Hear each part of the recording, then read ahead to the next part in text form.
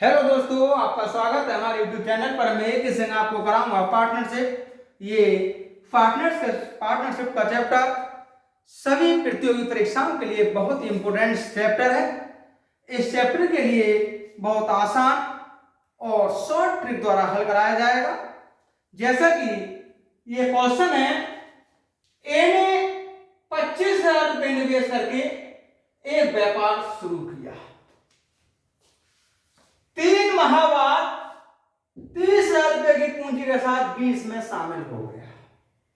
वर्ष के अंत में लाभ 19,000 रुपए का हो, तब उसमें से एक हिस्सा क्या होगा?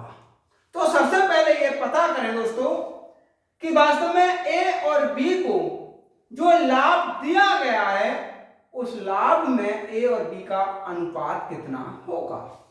तो दोस्तों, ए के लाभ का अनुपात और बी के लाभ का अनुपात वही होगा जो ए और बी के द्वारा लगाई गई पूंजियों का अनुपात होगा।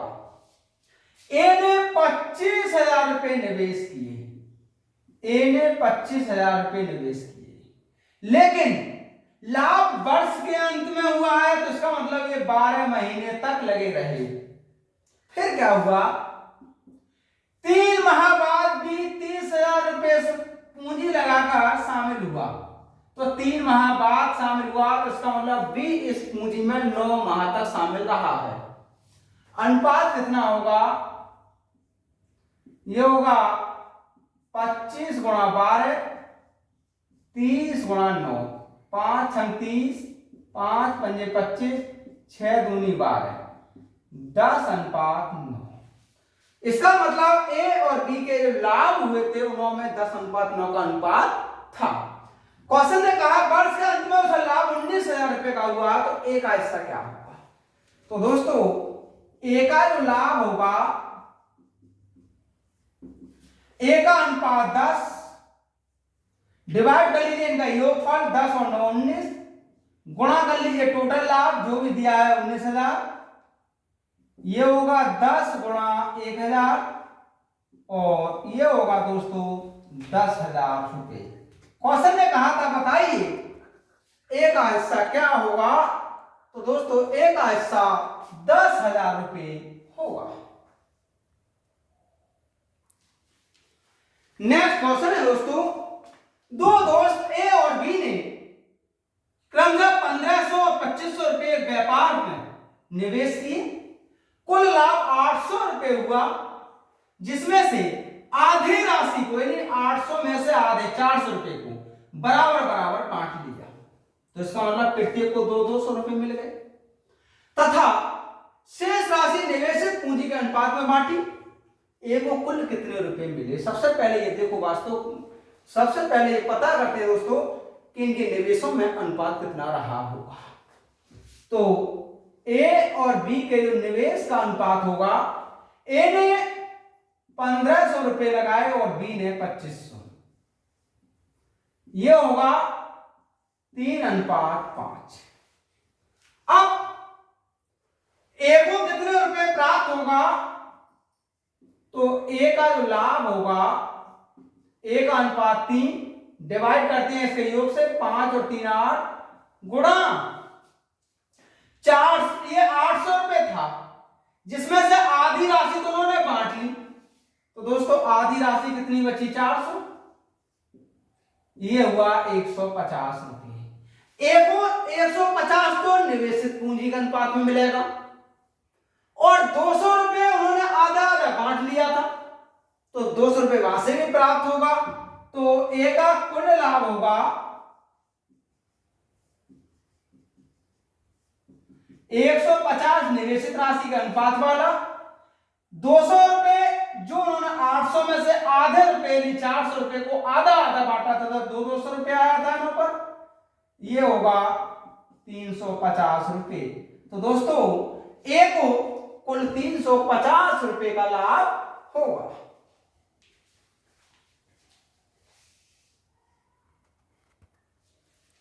नेक्स्ट क्वेश्चन है दोस्तों, राम, अतुल और दीपक एक व्यापार में साझेदार हैं। राम 6,500 रुपए 6 माह तक अतुल 8,400 रुपए 5 माह तक तथा दीपक 10,000 रुपए 3 माह तक के लिए निवेश करता है। राम लाभ का 5% अलग से लेता है। यदि कुल लाभ 7,400 रुपए हो तो राम को कुल कितने रुपए प्राप्त हुए? तो पहले ये पता करें दोस्तों कि राम जो 5% अलग से ले लेता तो राम का अलग से हिस्सा कितना हो जाएगा। राम को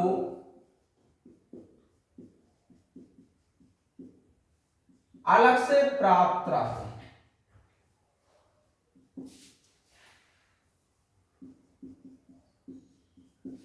ये होगा 7,400 रुपए कुल लाभ होता है।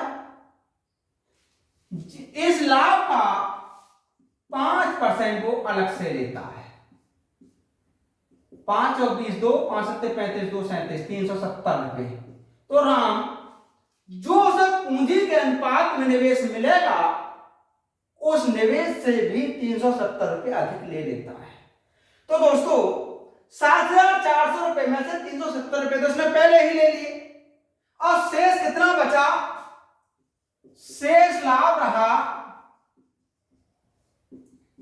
7,400 में से 370 रुपए कम किया, ये बचा 7,030 रुपए।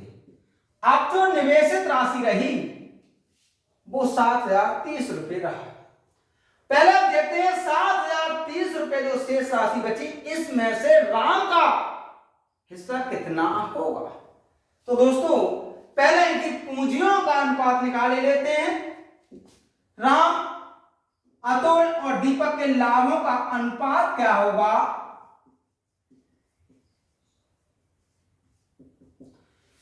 राम 6,500 रुपए 6 माह तक लगाता है। अतुल 8,400 रुपए 5 माह तक लगाता है और दीपक 10,000 रुपए 3 माह तक लगाता है। कितना इन्होंने अनुपात रहा होगा? यहां से बचाइए 65 गुणा 6 84 गुणा 5 और ये बचा 300। 6 पंजे 30 3 6 36 और 3 39 5 और 20 2 5 अट्ठे 40 और 2 42 और 300। अब 3 से फिर डिवाइड कर दिया, ये होगा 13 अनुपात 14 अनुपात 10। अब ये डिवाइड नहीं होगा। क्वेश्चन में भी ये कहा है कि जो शेष लाभ बचा था इसमें से इस अनुपात में बांट दिया गया। तो दोस्तों राम को कितना प्राप्त हुआ होगा? राम को लाभ प्राप्त हुआ, राम का अनुपात 13 डिवाइड करेंगे इसके योग से, ये हो जाएगा 37 गुणा जो शेष बचा है 7,030 रुपए, ये 19 बार डिवाइड हुआ। इसका मल्टीप्लाई कर लीजिए, 19 या 57 5 19 5 2470 रुपए। अब 2470 रुपए तो ये प्राप्त हुए राम को और 370 रुपए वो पहले से ही भाग में ले चुका है। तो उसे कुल कितना प्राप्त होगा? कुल राशि हो गई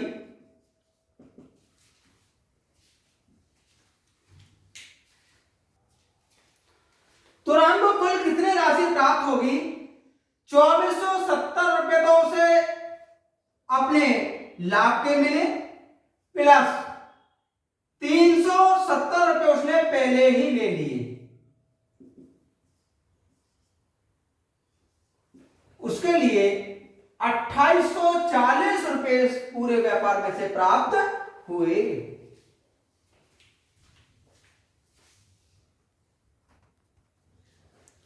नेक्स्ट क्वेश्चन है दोस्तों, ए और बी 15,000 और 20,000 रुपए एक व्यापार में लगाते हैं। 4 माह बाद सी भी 22,500 रुपए लगाकर व्यापार में शामिल हो जाता है। 9 माह बाद बी व्यापार से अलग हो जाता है, वर्ष के अंत में लाभ को किस अनुपात में बांटेंगे। तो हमसे केवल लाभ का अनुपात पूछ रहे हैं, जो इनकी पूंजियों का अनुपात होगा वही लाभ का अनुपात होगा। तो दोस्तों पूंजी का अनुपात निकालते हैं। पहले पूंजी का अनुपात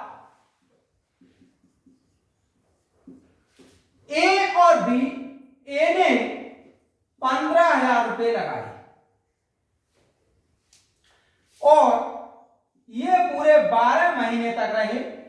बी ने 20,000 रुपए लगाए, लेकिन 9 महीने के बाद बी व्यापार से अलग हुआ, तो इसका मतलब इसका पैसा मात्र 9 महीने तक रहा। सी ने 22,500 रुपए लगाए, लेकिन 4 महीने के बाद, इसका मतलब 8 महीने तक। यहां से ये हुआ 150 गुणा 12, 200 गुणा 9, 225 गुणा 8, 25 छंग 150, 25 अट्ठे 200, 25 नेमा 225। यहां से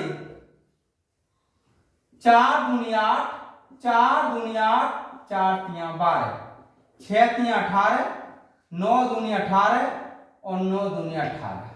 ये हुआ 1:1:1। वर्ष के अंत में जो उन्हें लाभ हुआ, उस लाभ को 1:1:1 के अनुपात में बांटेंगे। इसका ऑप्शन नंबर ए करेक्ट होगा।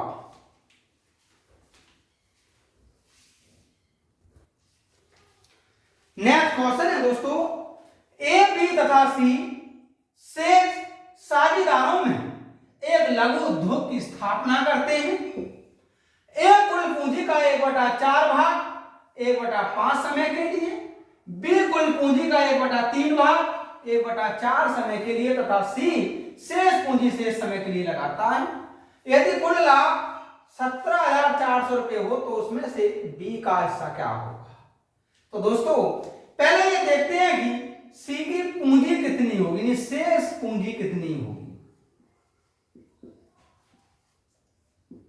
1 माइनस ए पूंजी का 1/4 भाग लगाता है और बी कुल पूंजी का 1/3 भाग लगाता है। यह होगा 7/12 अर्थात 5/12। तो जो शेष पूंजी बची वो 5/12 हुई और यही भाग सी ने लगाया। शेष समय क्या बचा दोस्तों,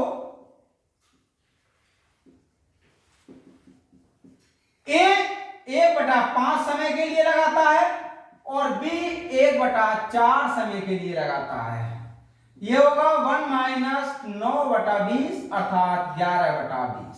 तो सी अपनी 5/12 भाग पूंजी 11/20 समय के लिए लगाता है। अब ये देखते हैं कि वास्तव में इनकी पूंजी में अनुपात कितना रहा होगा। तो दोस्तों पूंजी का अनुपात जो होगा वही इनके लाभों का अनुपात होगा। तो लाभ का अनुपात ए कुल पूंजी का 1/4 भाग 1/5 समय के लिए लगाता है। बी कुल पूंजी का 1/3 भाग 1/4 समय के लिए लगाता है और सी कुल पूंजी का 5/12 भाग 11/20 समय के लिए लगाता है। यहां से 5 चौक 20, ये 1/4 हुआ। यहां से 1/4, 1/4 और 1/4। यहां से बचा 1/5, 1/3 और ये बचा दोस्तों 11/12। इस पूरे प्रश्न में 12, 5, 3 और 12 इनका कितना एलसीएम होगा, उतने से अगर हम पूरे में 60 से गुणा कर देते हैं तो दोस्तों 60 से गुणा करेंगे तो 12 हो जाएगा। ये यहां 60 से करेंगे तो 20 होगा और यहां 60 से करेंगे तो 55 हो जाएगा। अब क्वेश्चन ने कहा तो बताइए इसमें से बी का हिस्सा क्या होगा। तो तो दोस्तों बी का हिस्सा होगा, बी का अनुपात 20, डिवाइड कर दीजिए इनके योगफल से, 55, 20 और 12 का योगफल 87 गुणा 174, 17,400 रुपये। ये 20 गुणा 20 ये हुआ 4,000 रुपये। क्वेश्चन ने कहा था बताइए 17,400 रुपये में बी का हिस्सा क्या होगा, तो दोस्तों बी का हिस्सा 4,000 रुपये का होगा।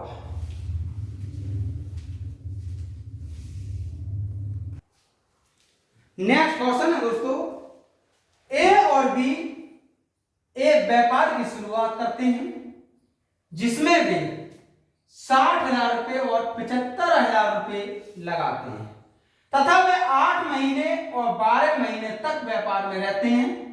वर्ष के अंत में व्यापार में होने वाले लाभ का कितने प्रतिशत हिस्सा ए को मिलेगा। तो दोस्तों सबसे पहले ये देखो कि वर्ष के अंत में उस व्यापार में जो लाभ होगा वास्तव में उस लाभ में कितने का अनुपात होगा। तो लाभ का अनुपात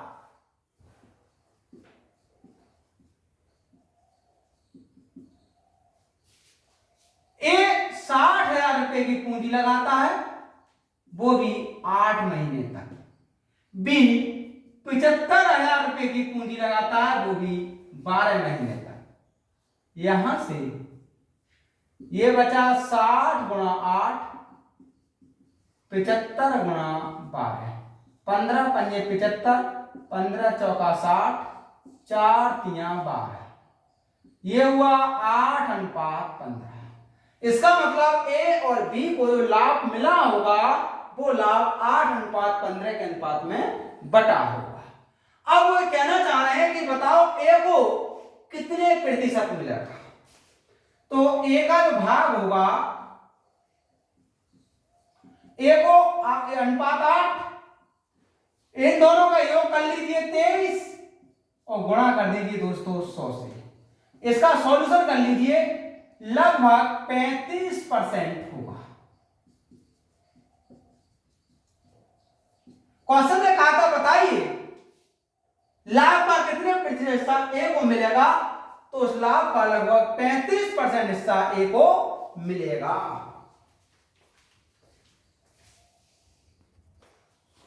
नेक्स्ट क्वेश्चन है दोस्तों, ए और बी एक चारगाह किराए पर लेते हैं जिसका कुल किराया 1250 रुपये है। ए उसमें 24 गाय 6 माह तक, बी 16 भैंस 4 माह तक चलाता है। यदि 3 गाय उतना ही घास खाती हैं जितना कि 2 भैंस खाती हैं, तब बी का कितना किराया देता है। तो दोस्तों सबसे पहले ये देखें कि ए और बी जो किराया देते हैं उस किराए में अनुपात कितना होगा। अब ऐसे सवालों के लिए या तो गाय और भैंस हमें जो दी हैं तो गायों के बराबर भैंस बना लीजिए या भैंसों के बराबर गाय, तभी हल हो सकता है। क्योंकि उसने कहा है 3 गाय उतना ही घास खाती है जितना कि 2 भैंसें खाती हैं, तो इसका मतलब 3 गाय 2 भैंसों के बराबर घास खाती है। अब 24 गाय ये खाएंगी 16 भैंसों के बराबर। अब 24 गाय 6 माह तक, तो 24 गाय का मतलब हुआ 16 भैंस, वो भी 6 माह तक। किराए का जो अनुपात होगा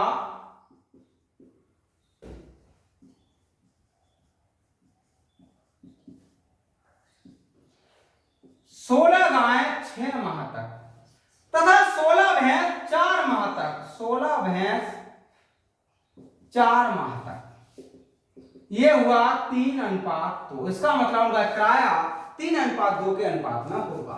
अब क्वेश्चन ये कह रहा है बताइए बी कितना किराया देगा। तो दोस्तों बी का किराया ज्ञात करना है। बी का अनुपात 2 डिवाइड कर दीजिए इसके योगफल से, और कुल किराया है 1250 रुपये। ये हुआ 250 और इसका मल्टीप्लाई किया 500 रुपये, तब भी 500 रुपये का किराया देगा और इसका ऑप्शन नंबर बी करेक्ट होगा।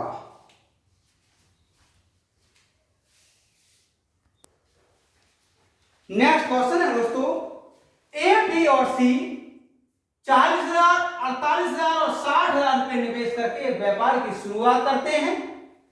ए लाभ का 3/20 भाग, बी 1/4 भाग मांगता है तथा शेष भाग सी को प्राप्त होता है। यदि सी 8,100 रुपये पाया हो तो बताइए ए ने कितने रुपए पाए।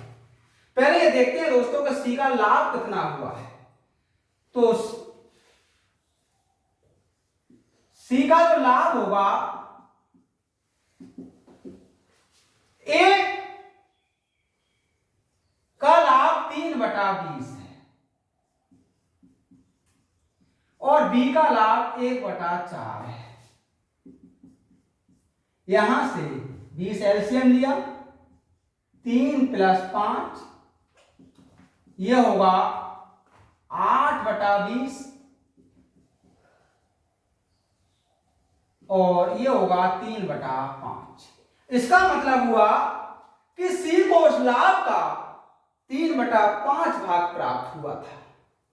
अब सी ने 8,100 रुपये लाभ पाया तो इसका मतलब कुल लाभ का 3/5 भाग ही तो 8,100 रुपये होगा। कुल लाभ कितना होगा फिर? 8,100 रुपये गुणा 5/3, इससे डिवाइड कर दिया, ये हुआ 2700 गुणा 5, 27 पंजे 135 यानी 13,500 रुपये। कुल लाभ 13,500 रुपये था, जबकि ए लाभ का 3/20 भाग प्राप्त करता है तो ए का जो लाभ होगा 13,500 का 3/20 भाग निकाल लीजिए। यहां से 2 × 12 1, 2 × 7 14, 2 × 10 गुणा 3, इनका मल्टीप्लाई कर लीजिए 2025। क्वेश्चन में कहा था बताइए ए ने कितने रुपए पाए, तो दोस्तों ए ने 2025 रुपए प्राप्त किए। इसका ऑप्शन नंबर ए करेक्ट होगा।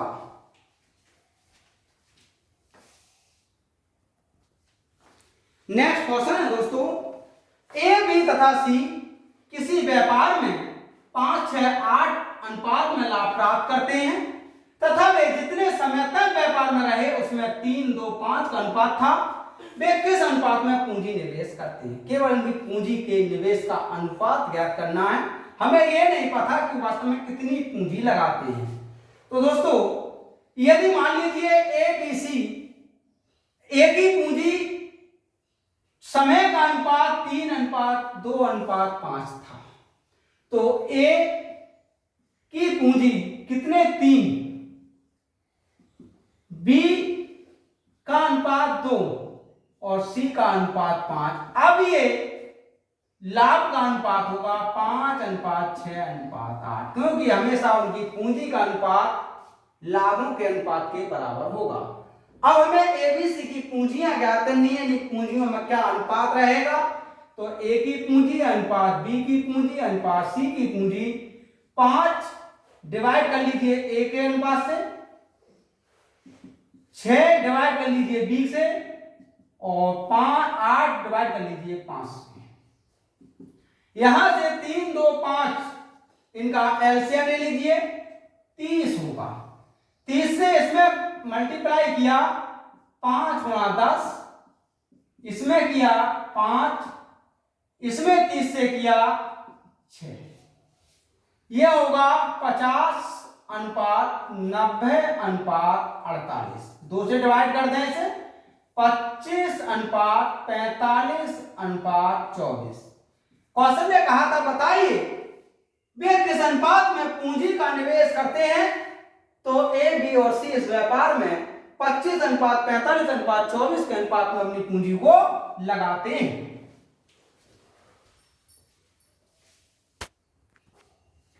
नेक्स्ट क्वेश्चन है दोस्तों, ए, बी और सी एक व्यापार की शुरुआत करते हैं तथा वे 27,000, 36,000 और 42,000 रुपए निवेश करते हैं।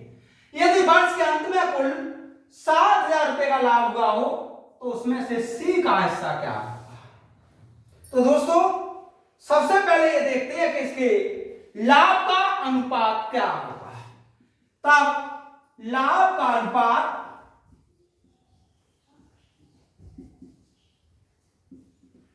ए 27,000 रुपए लगाता है, बी 36,000 रुपए और सी 42,000 रुपए।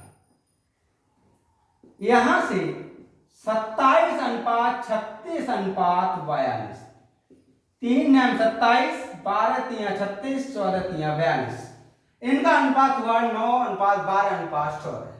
अब कहा है कुल लाभ 7,000 रुपए का था तो उसमें सी का भाग क्या होगा? तो सी का जो लाभ होगा, सी का अनुपात 14, डिवाइड कर लीजिए इसके योगफल से 35 और कुल रुपया दिया है 7,000। 35 दूनी 70, 14 दूनी 28, 2,800 रुपए। तो सी का जो हिस्सा होगा दोस्तों वह होगा 2,800 रुपए।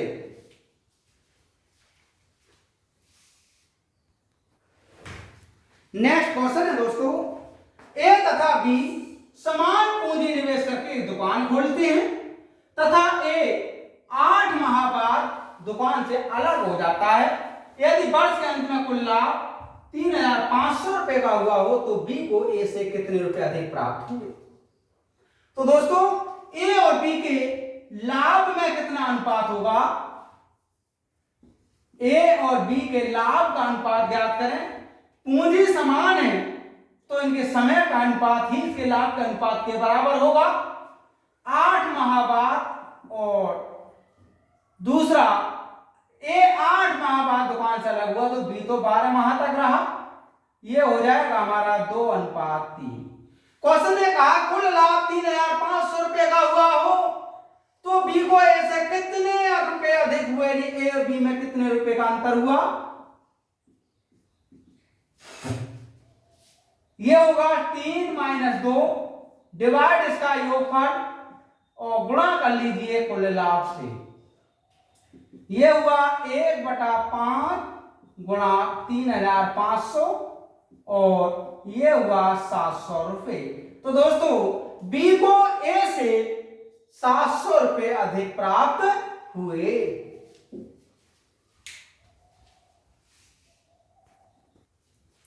नेक्स्ट क्वेश्चन है दोस्तों, ए और बी 31,250 तथा 37,500 रुपए निवेश करके व्यापार की शुरुआत करते हैं।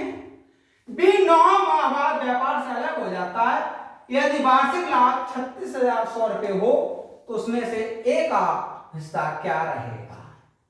अब सबसे पहले देखो कि इनके लाभ का अनुपात क्या होगा।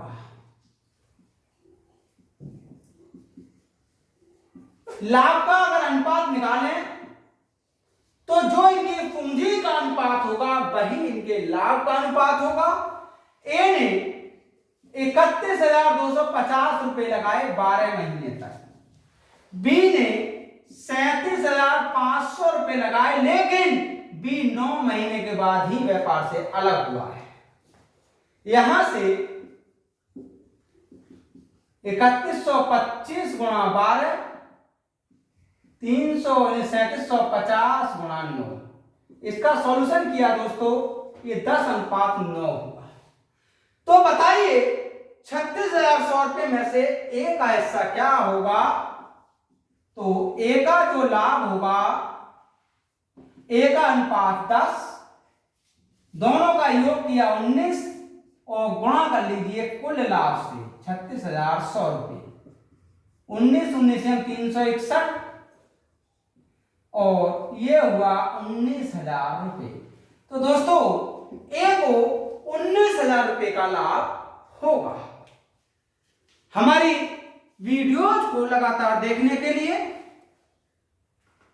चैनल को सब्सक्राइब जरूर कर लें, लाइक करें तथा दोस्तों में अधिक से अधिक शेयर करें।